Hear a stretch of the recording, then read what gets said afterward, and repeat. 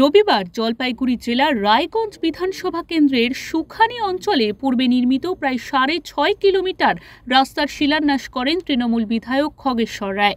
শিলান্যাস অনুষ্ঠানে বিধায়ককে বলতে শোনা যায়, লোকসভার নির্বাচনে আমরা বিজেপিকে ভোট দিয়েছি। আরে পিএনজি বিজেপি, খালি পিএনজি বিজেপির নাকি? আমরা না, আমরা দিই নাই। হ্যাঁ, এখানকার লোকসভা সংসদ কি বর্মনকে কি নাম, হ্যাঁ জয়ন্ত রায়, আমরা ভোট দিই নাই। তো কোথায় ওকে তো কোনো দিন দেখি না। দেখি আজকে বারবার কি বেলা উড়াল বিষ করে কোথায় করে?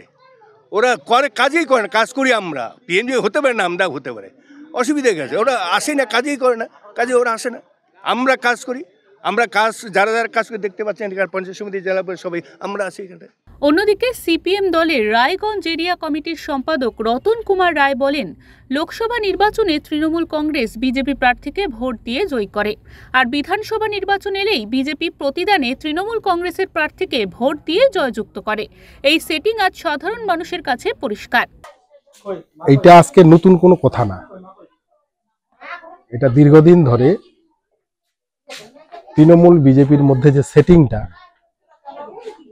এই সেটিংটা দীর্ঘদিনের। আমাদের খুব পরিষ্কার বক্তব্য, বামফ্রন্ট 34 বছর ছিল পশ্চিমবাংলায়, তখনও আরএসএস ছিল, তখনও বিজেপি ছিল, কিন্তু পশ্চিমবাংলার মাটিতে তারা এক ফোঁটা মাটি নিতে পারেনি, কারণ সরকারটা ছিল বামফ্রন্টের। তৃণমূল বিধায়কের এই মন্তব্যের পরেই শুরু হয়েছে রাজনৈতিক চর্চা। জলপাইগুড়ি থেকে উজ্জ্বল হরের রিপোর্ট, ওঙ্কার বাংলা।